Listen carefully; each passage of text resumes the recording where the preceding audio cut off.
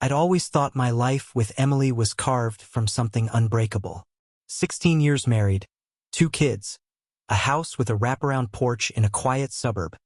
Everything felt like it fit. She was the kind of woman who lit up rooms without trying. Hazel eyes that caught the light just right, a laugh that made you feel like you were in on the joke.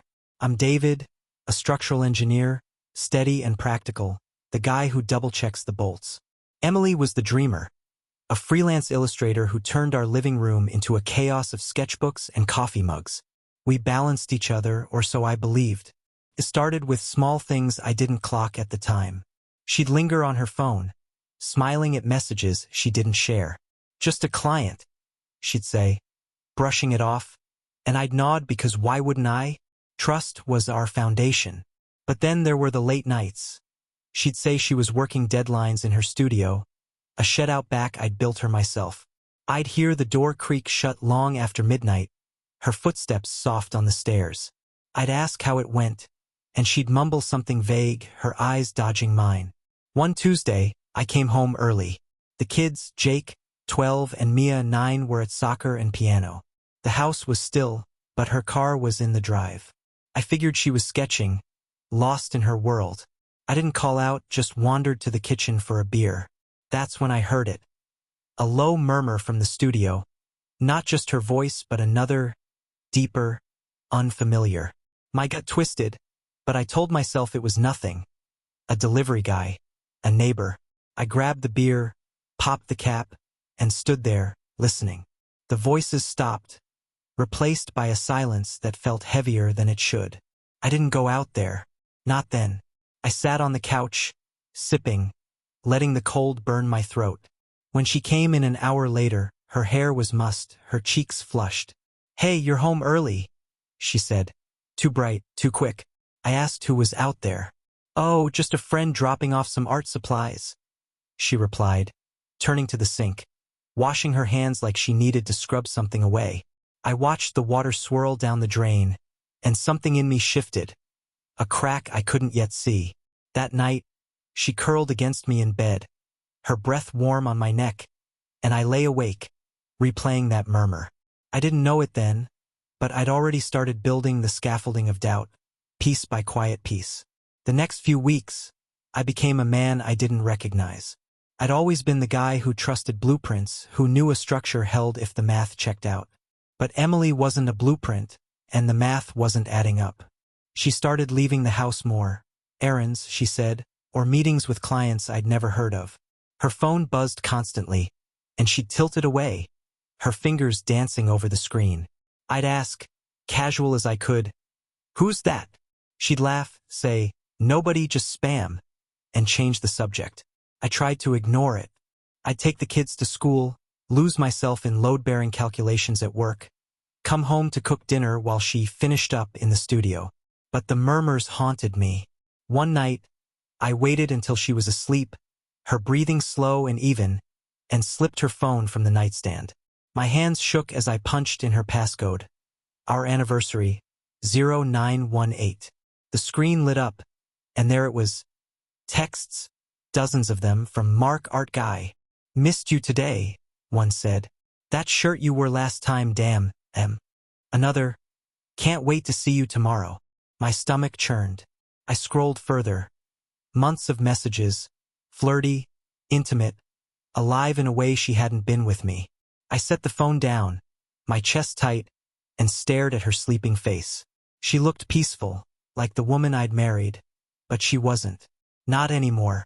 The next day, I called in sick and followed her. She left after breakfast, kissed me on the cheek, said she'd be back by lunch. I tailed her in my truck, keeping distance, my pulse hammering.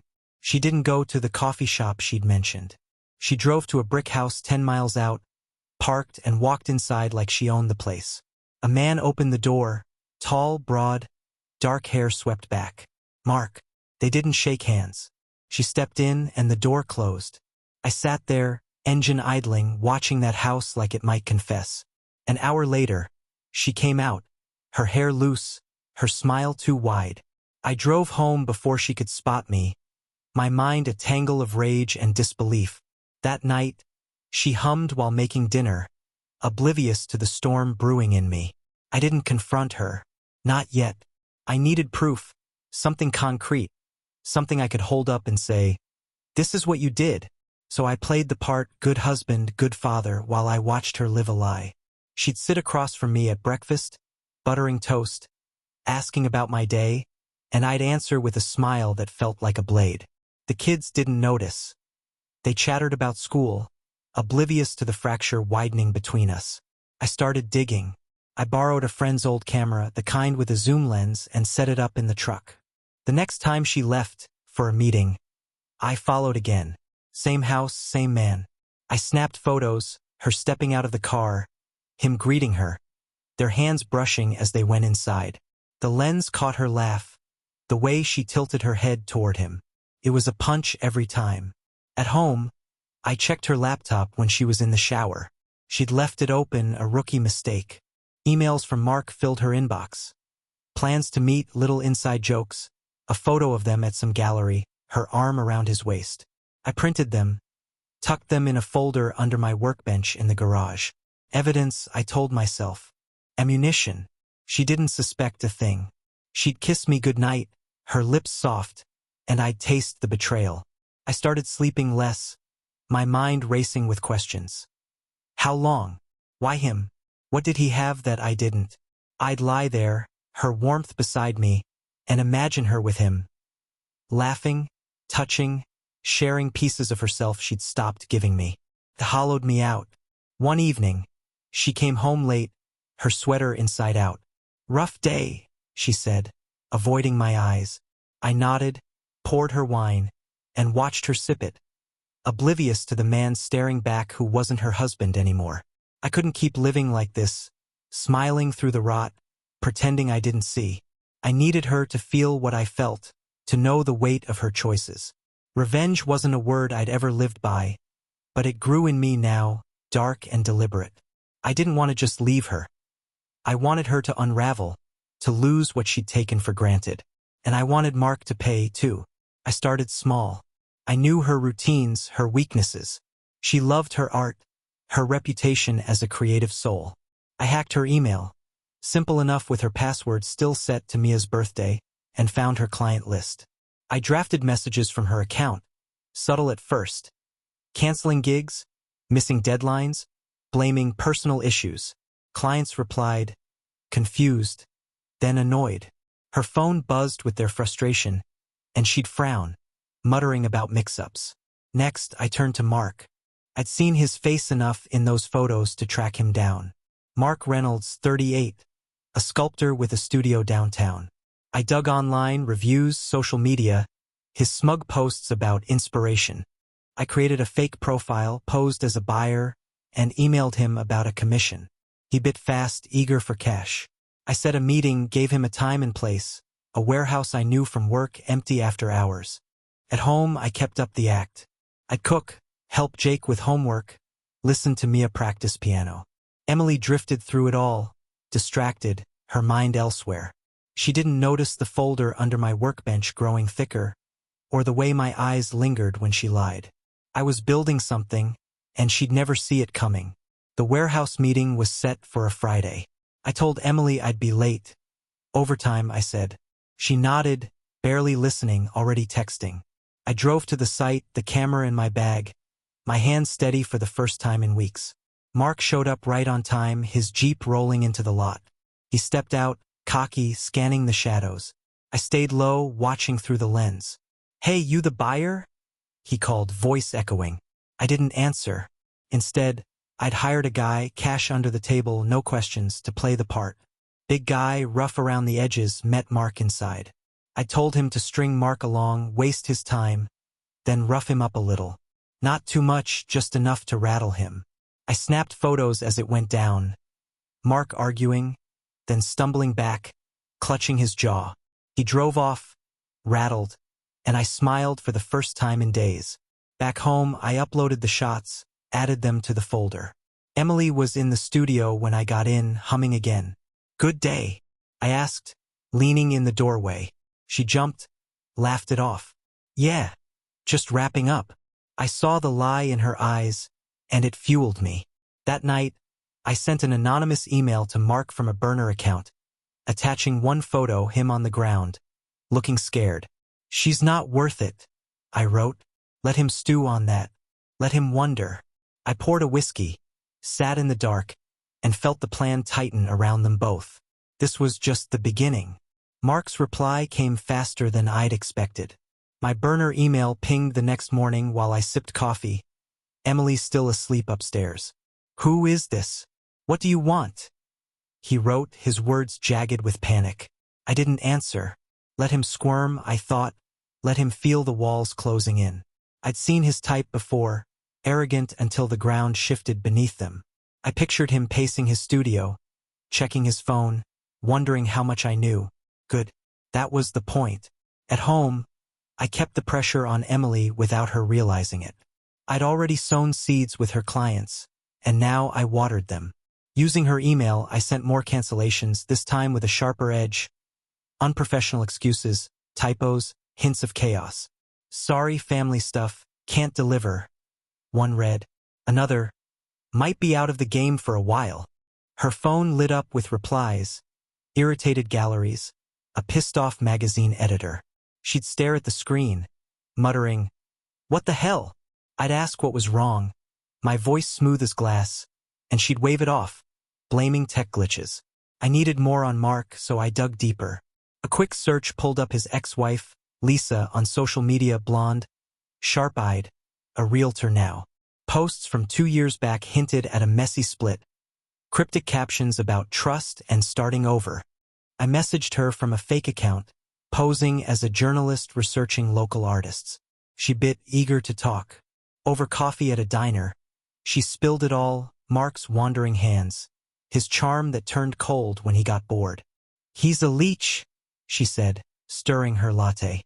"Finds a woman, drains her, moves on." I nodded, filing it away. Lisa didn't know me, didn't know Emily, but she just handed me a weapon. That night, I printed Lisa's words, added them to the folder. Emily came home late again, her sweater reeking of cedar. Mark's cologne, I'd bet. She kissed my cheek, and I tasted the lie. "Long meeting," she said, heading upstairs. I waited until she slept, then slipped out to the garage, my sanctuary now. The folder was thick, photos, emails, texts, Lisa's story. It wasn't enough to confront her yet. I wanted her to feel it first, to watch her world crack before she knew why.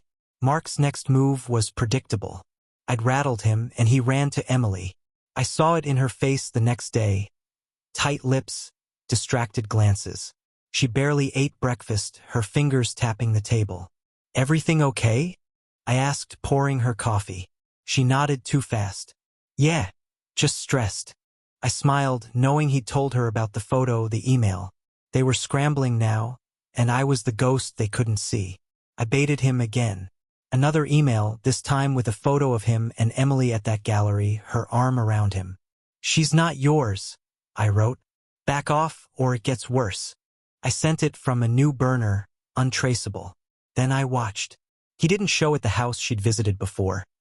I'd parked nearby, camera ready, but her phone buzzed more than ever. She'd step outside to take calls, her voice low, urgent. I didn't need to hear it. I knew who it was. Meanwhile, I turned up the heat on her career. I logged into her social media. Her password was still Jake's soccer number, 14, and posted cryptic updates. "Taking a break. Life's messy right now." Her followers, artsy types who loved her whimsy, flooded the comments with concern. She saw it that evening, gasped, "What is this?" I shrugged from the couch. "Hackers, maybe?" She spent hours resetting passwords, fuming, while I flipped through a magazine, calm as stone. The kids noticed her edge. Mia asked why Mommy was mad all the time. Jake just retreated to his games. I kept them steady. Homework, dinners, bedtime stories, while Emily unraveled. She didn't suspect me. She couldn't. I was the rock, the one she'd leaned on for years. That was my strength now. Invisibility in plain sight. Mark's studio was my next target. I'd learned his schedule from Lisa. Mornings there, afternoons chasing inspiration. I drove downtown Wednesday, parked a block away, and watched. He arrived at 9, juggling coffee and a sketch pad. Oblivious. I'd hired another guy. Different from the warehouse, no loose ends. Cash for a simple job. Trashed the place. Not enough to ruin him, just enough to scare him. Broken shelves, spilled paint, a cracked sculpture or two. I waited across the street, sipping gas station coffee, as my guy slipped in through a back window. 10 minutes later, he was out, and I heard the crash. Metal on concrete. A satisfying thud. Mark bolted outside, shouting, scanning the empty street. I snapped photos, his panic, his hands in his hair. Perfect. That night, I emailed them to him. Next time, it's you. No explanation, just the threat hanging there. Emily felt it too, though she didn't know why. She came home that evening, pale, her eyes darting. Mark's place got hit, she said, like she couldn't believe it. Vandals, maybe? I raised an eyebrow, feigned concern. That's awful. He okay? She nodded, but her hands shook as she poured wine. I saw the pieces connecting in her head, his fear, her slipping control. She didn't sleep that night. I heard her pacing downstairs. I kept the pressure on her, too. Another email from her account, this time to a big client. A museum she dreamed of working with. Sorry, can't commit. Too much going on, it said. The reply came fast. Disappointment, a polite withdrawal. She found out the next morning, slammed her laptop shut, and stormed out to the studio. I watched from the kitchen, sipping tea, feeling the plan coil tighter. Lisa became my wild card. I met her again, this time as myself, not David the husband, but David the concerned friend of Emily's. I told her half-truths. Emily was tangled with Mark, struggling, maybe in over her head. Lisa's eyes narrowed. She still hated him, and that was my leverage. He's poison, she said, leaning across the diner table. She needs to get out. I nodded, playing worried, and asked if she'd talk to Emily. Warn her off. Lisa agreed. I gave her Emily's number, anonymous, of course, and waited. 2 days later, Emily's phone rang while we ate dinner. She stepped outside, her voice sharp through the screen door. Who are you? How do you know him? I couldn't hear Lisa, but Emily's face when she came back, white, pinched, told me enough. Some woman, she said, forcing a laugh. Wrong number, I guess. I hummed, cutting my steak, knowing Lisa had planted the seed. Mark's next email to me was desperate. Leave us alone. I'll end it. Okay? I didn't reply. He wouldn't end it, not yet. He was too deep and Emily was too hooked. But the cracks were showing. She started snapping at the kids, forgetting things. Jake's practice, Mia's recital. I stepped in, the steady one, while she spiraled. Her studio stayed dark some nights. She'd sit on the couch instead, staring at nothing.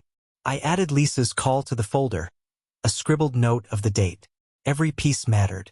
Every move brought me closer. Emily broke first. It was a Saturday, rain drumming the roof. She sat at the kitchen table, head in her hands, her phone silent for once. I don't know what's happening, she said, voice raw. Everything's falling apart. I sat across from her, stirring my coffee, and asked, What do you mean? She spilled it. Clients dropping her, weird messages, Mark Studio, Lisa's call. It's like someone's after me, she whispered. I leaned forward, eyes soft, and said, Maybe it's a sign. Time to slow down, focus on us.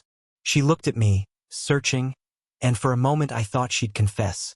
But she didn't. She nodded, stood, and hugged me. Her arms tight, her breath shaky. I held her back, feeling the irony of her leaning on the man tearing her apart. That night, I sent Mark one last photo. Emily and me, an old shot from our honeymoon, her smiling at me like I was her world. She's mine, I wrote. Always will be. I didn't care if he showed her. The damage was done. I poured a whiskey, sat in the garage, and flipped through the folder. 5 parts left, I thought. 5 moves to finish this. Emily's hug lingered in my mind, a bitter echo of what we'd been. She thought I was her anchor, but I was the storm. I needed her to admit it, Not for forgiveness, but for the final piece of my plan. So I set the trap. Sunday morning, I left the folder out.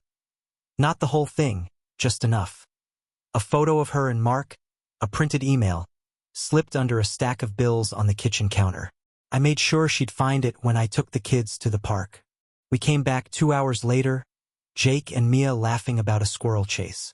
Emily was at the table, the papers in front of her, her face a mask of ash. "What is this?" she whispered, voice trembling. I set my keys down, slow, deliberate. "You tell me?" I said, keeping my tone flat. She stared, eyes darting between me and the evidence. "David, She stopped, swallowed. "It's not what you think." I sat across from her, folding my hands. "Then what is it?" The kids were upstairs, out of earshot. She fumbled, words spilling like broken glass. Mark was a friend, a collaborator, nothing more. I let her talk, let the lies pile up, then slid my phone across the table. A video I'd taken days ago, outside his house. Her stepping out, fixing her hair, him pulling her back for one last moment. Her breath hitched as it played, the truth flickering in her eyes. "Why?" I asked, quiet, cold. She cracked then, tears streaming, a flood of excuses. Lonely, lost, needing something I couldn't give. "It didn't mean anything," she sobbed. I nodded, stood, and took the phone back. "Thanks," I said, walking out to the garage.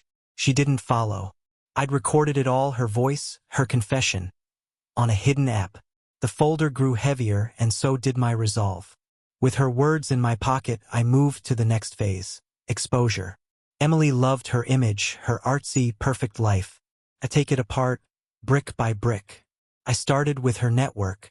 Using her hacked social media, I posted again.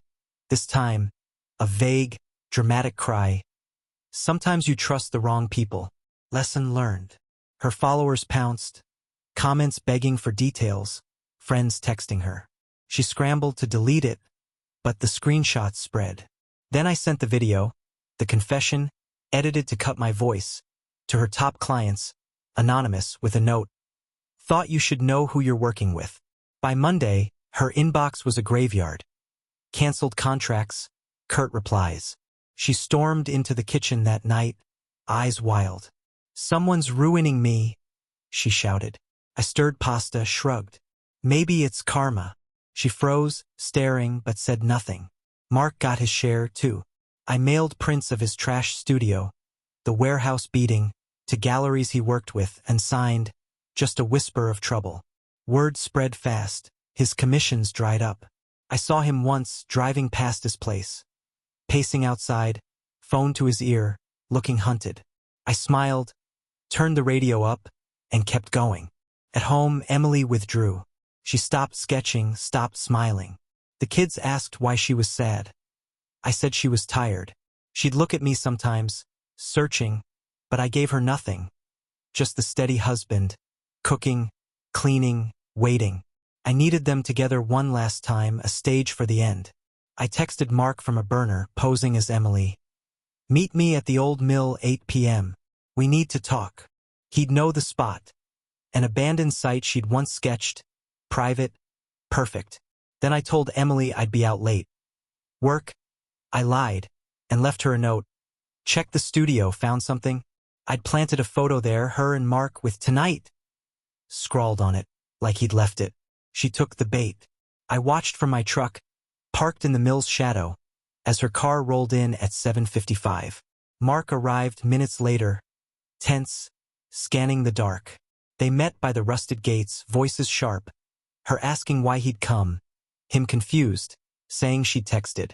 I'd brought a speaker, hidden in the brush, and hit play. Her confession, loud, looping. Lonely, lost, needing something. Their heads snapped up, panic blooming. I stepped out then, slow, hands in my pockets. "Surprise," I said. Emily gasped, Mark swore, backing up. "David, please," she started. But I raised a hand. "Save it." I tossed the folder at their feet. Photos, emails, everything spilling onto the dirt. "This is who you are," I said. "Look at it." They stood there, frozen, as I laid it out. Emily, you're done. Your career, your friends gone. Mark, same deal. No one trusts a wreck. I'd already filed for divorce that morning, papers ready to serve. The kids stay with me, I told her. You'll get nothing, house, savings, all mine. Should have read the prenup. Her knees buckled, but I didn't stop. Mark lunged, fists clenched, but I'd expected it. I sidestepped, let him stumble, then kicked the folder toward him. Take it, I said. Show it around. See who believes you. He didn't. He just stared, deflated. I turned to Emily. You wanted him? You've got him. Enjoy the mess. I'd rigged one last twist. A call to Lisa, tipped off about the mill. She pulled up as I walked away, headlights catching them. Emily sobbing, Mark kicking the papers. Lisa stepped out, voice cutting through the night. Told you he'd ruin you. She'd brought a friend, some guy with a camera, snapping away. By morning, the photos would hit local blogs, captioned with just enough truth to stick. I drove home, the kids asleep, the house quiet. I poured a whiskey, sat in the dark, and felt the weight lift. Emily tried to fight it. She called, begged, showed up at the house with red eyes and promises. I didn't listen. The divorce went through fast. Her name was mud. No lawyer would touch her. She moved into a cheap apartment, Mark trailing after her like a stray. They didn't last. He bailed when the galleries blacklisted him, leaving her alone with the wreckage. I kept the kids, the house, my life. Jake and Mia adjusted, kids do. I told them she'd needed space, let them call her sometimes. She'd cry on the line, but they'd hang up quick, confused. Her art dried up. Last I heard, she was waitressing, her hands shaking as she poured coffee. Mark vanished. Some said he left town, others that he drank himself into a hole. I didn't care. Lisa sent me a note once. You're a cold one, but he deserved it. I didn't reply. Nights, I'd sit on the porch, the folder locked away. A ghost I didn't need anymore. The betrayal had carved me hollow, but the revenge filled it, sharp, clean, mine. Emily and Mark were shadows now, broken by their own hands, and I was still standing. That was enough.